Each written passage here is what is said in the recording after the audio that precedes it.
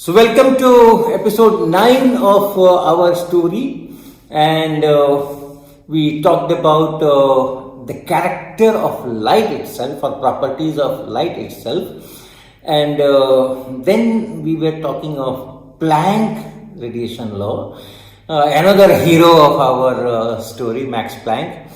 And the idea was that if you have radiation, electromagnetic radiation, which is in equilibrium with some enclosure at temperature T, how the energy is distributed in different wavelengths, because it will have different wavelengths. So how much energy is in this wavelength, how much energy in that wavelength, etc. So that distribution that Planck obtained, and I discussed a little bit of that assumption of each oscillating material in the wall absorbing energy and emitting energy, which was proportional to or integral multiple of some constant h times the frequency with which it oscillates. So that material oscillator in the wall and this radiation, they are in equilibrium with each other, transferring energy into each other. So from there, Planck did all those calculations and got that radiation formula. The description was not the actual path on which Planck got that. It's a kind of an equivalent description. In fact, during 2 years, 1898 to 1900, Planck wrote 4 or 5 papers on this, each time modifying his approach, each time doing something new there, and finally he gets it in this particular fashion. Alright, so the final derivation of Planck in this uses extensively thermodynamics, right? Thermodynamics. He puts some material oscillators, not necessarily in the wall, in the middle also, in the radiation also, which can just exchange energy, and then he does a lot of thermodynamics there. Why I am focusing or mentioning this thermodynamics thing so forcefully, that our next and very, very important discussion will be on Einstein's 1905 paper on photoelectric effect, which earned him the Nobel Prize in Physics 1921, and there too he talks of a lot of thermodynamics of radiation and oscillators. So let me talk a little bit about what that central thing is, which Planck is using, which Einstein is using, and many others are using. So thermodynamics is a description of behavior of system having large number of entities, like a gas in a chamber. You have some 10 to the power 24 molecules and all that. So Newton's description of F equal to ma will not be useful there.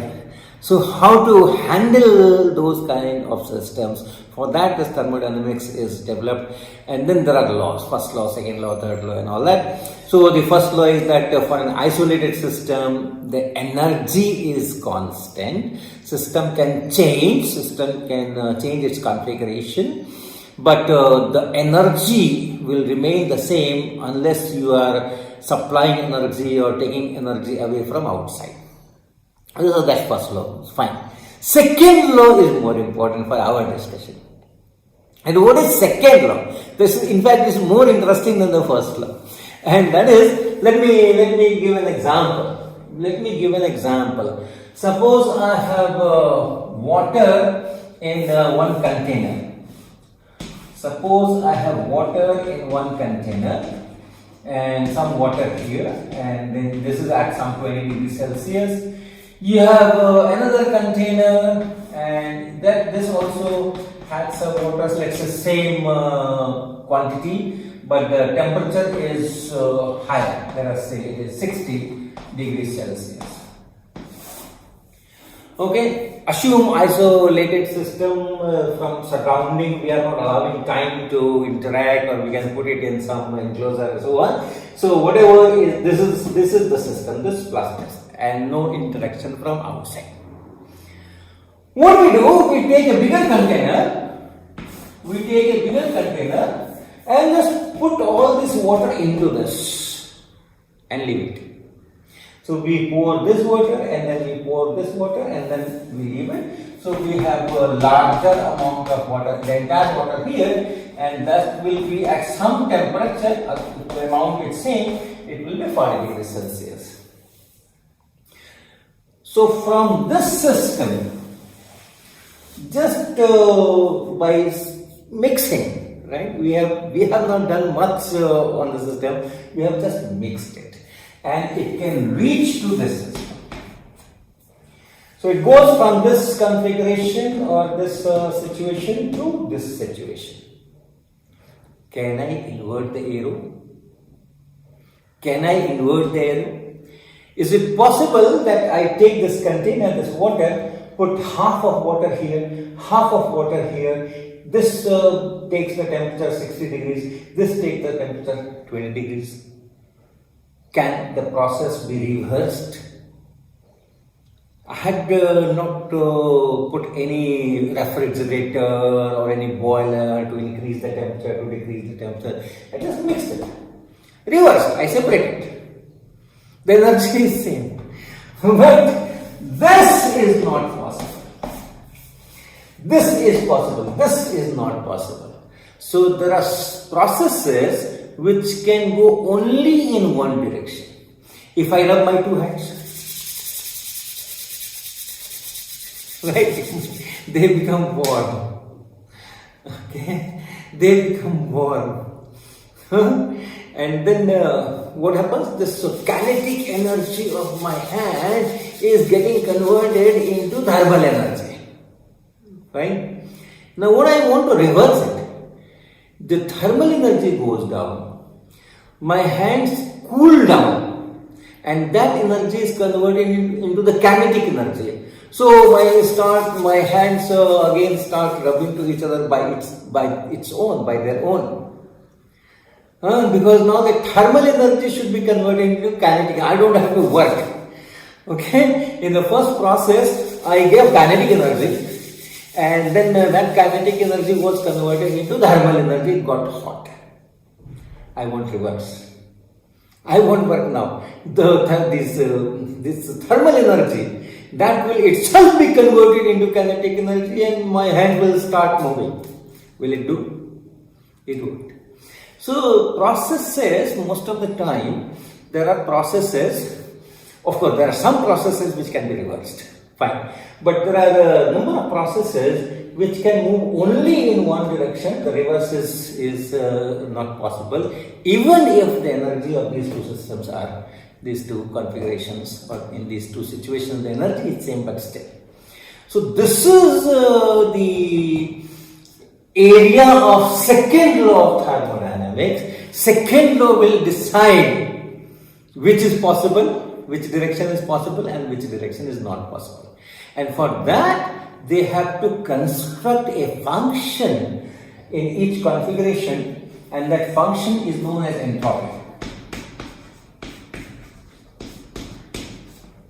So entropy of this system, one can calculate entropy of this system. What entropy is, maybe I will tell just one or two sentences on that, but there is some function of entropy. So in this situation, you calculate how much is the total entropy. And then in this situation, you calculate how much is the total entropy. And the law is the entropy cannot decrease. The total entropy of an isolated system cannot decrease. It has to increase, or at best it can remain same. So if it remains same, then yes, the reversal is possible. But if it increases, it cannot go back, because entropy of an isolated system cannot decrease. Okay, so once you know how to calculate entropy, then you can say that, okay, fine, can it go this side to this side or this side to that side. So that entropy is very, very crucial. Now what the entropy is, that also we can talk a little bit. Entropy is generally said to be related to randomness. If randomness is more, entropy is more. If randomness is less, entropy is less. Or in other way, if you have a system, let's say gas here.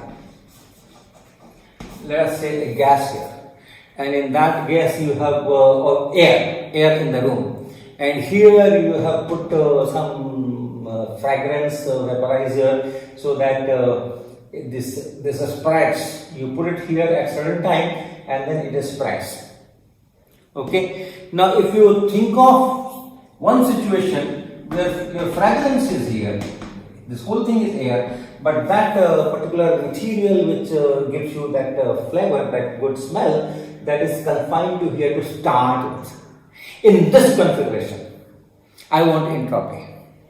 And then another configuration when this has gone up everywhere in the room. Of course, the air is there. So in this configuration and this configuration, entropy, one can already tell that, okay, this should have larger entropy because this will go here, this will not go here. Once it has spread everywhere, once it has spread everywhere, can it go back in this situation? All these molecules of that nice material that is confined into it just gets confined into one corner. Will it do? It will not. Entropy here is more, entropy here is less. Now in this situation, if I see and I say that, okay, I want microscopic description, alright, in a very small volume, I construct very small volume, and then I ask, how many air molecules are here and how many is this material A, those molecules are here, how many here, how many here, how many here, how many here, how many here, how many here, how many here, and in how many ways this can distribute, given this situation. Now you have to distribute these things only in this much of volume, whereas air can distribute here and here and here everywhere. So here these many molecules, here these many molecules, here these many molecules, here these many molecules, here these many molecules. See how many ways you can get this. Okay, in how many ways you can get this? Count that. And in how many ways you can do this? Count this. Here you have much larger number available. In many more ways this can be achieved. But here it is confined. It's confined. Oh, you have to put everything here, and then the rest is only air. But if you allow this to spread, then you can say, okay, there are 5 molecules of this material here, and 7 here, and 3 here, and 4 here, and those numbers can change in different ways you can generate from there. So more number of ways a particular situation, macroscopic situation, can be obtained, larger will be the entropy.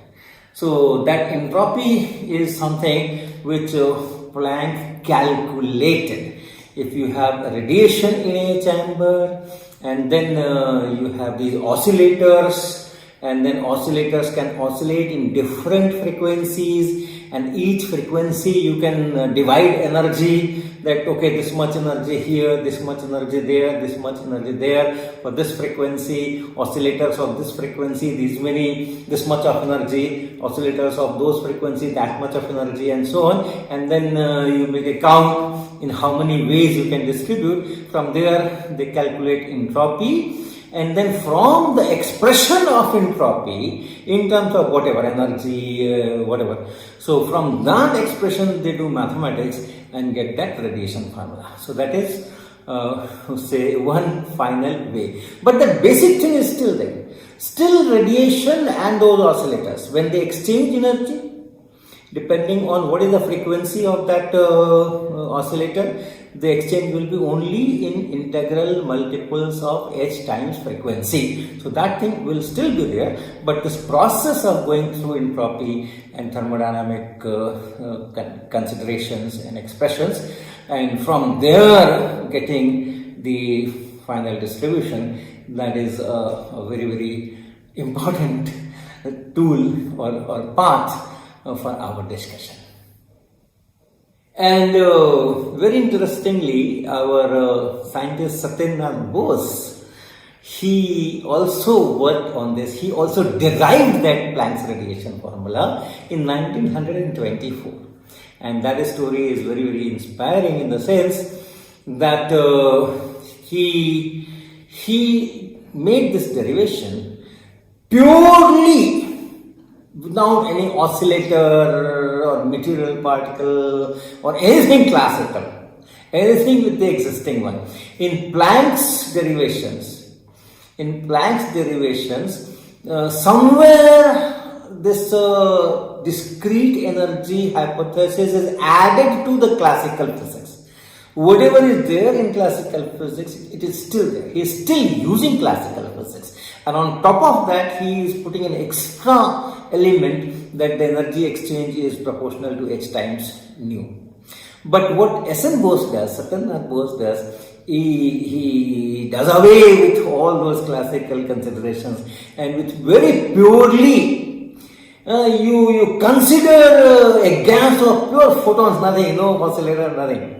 Okay, and then do this entropy calculation, and from there he derived this Planck's radiation formula, and then he sent this to Philosophical Magazine. They rejected. Then he sent it as a letter to Albert Einstein, and Albert Einstein read that, and the request of S.N. Bose was that if you think it is worthwhile, then you send it to some journal, some German journal, Z Physics. And Einstein could understand the significance of that. Einstein translated that English version of S.N. Bose into German, got it published in 1924, and from there Einstein writes in that communication note that it's very significant and I will work on these ideas. And Einstein worked on those ideas, and then that new branch is known as Bose-Einstein statistics. And all the particles which follow that path, that distribution or that physics, are known as bosons. Right? You have two varieties of particles, fermions and bosons. So this bosons, that Bose is our own Satyendra Bose. So with this Planck's radiation law, we also have some emotional attachment. Now we are ready to discuss Albert Einstein's paper of 1905 on photoelectric effect. Actually, it is not on photoelectric effect as such. Although that paper, that part where he discusses photoelectric effect, that plays instrumental role in getting him Nobel Prize 1921. But the main paper is again on the thermodynamics of this radiation. And in that, he establishes that independent of the oscillators, although he also works with oscillators and things like that in equilibrium with radiation, but then finally he comes out with the structure of that radiation itself, not only at the time of exchanging energy with the oscillators. The radiation itself, by itself, it is to be seen as separated units, spatially separated, located at different places, small units, and each unit will have some energy. If it is say monochromatic radiation and the frequency is nu, then each unit will have frequency h nu. Just h nu, not double of that, not triple of that. It's not n times h nu. Each unit has It's new energy, and such units are floating here and there in this. That is what makes electromagnetic radiation. And if it is a combination of different frequencies, fine. The component with frequency nu, if you look at that only, that will consist of, once again, these small separate packets, separate units, each having the energy h times nu. So that is how this theory is taken ahead by Einstein, and then that theory, that structure of electromagnetic radiation, that explains photoelectric effect observations very well. So that we will take up in our next episode.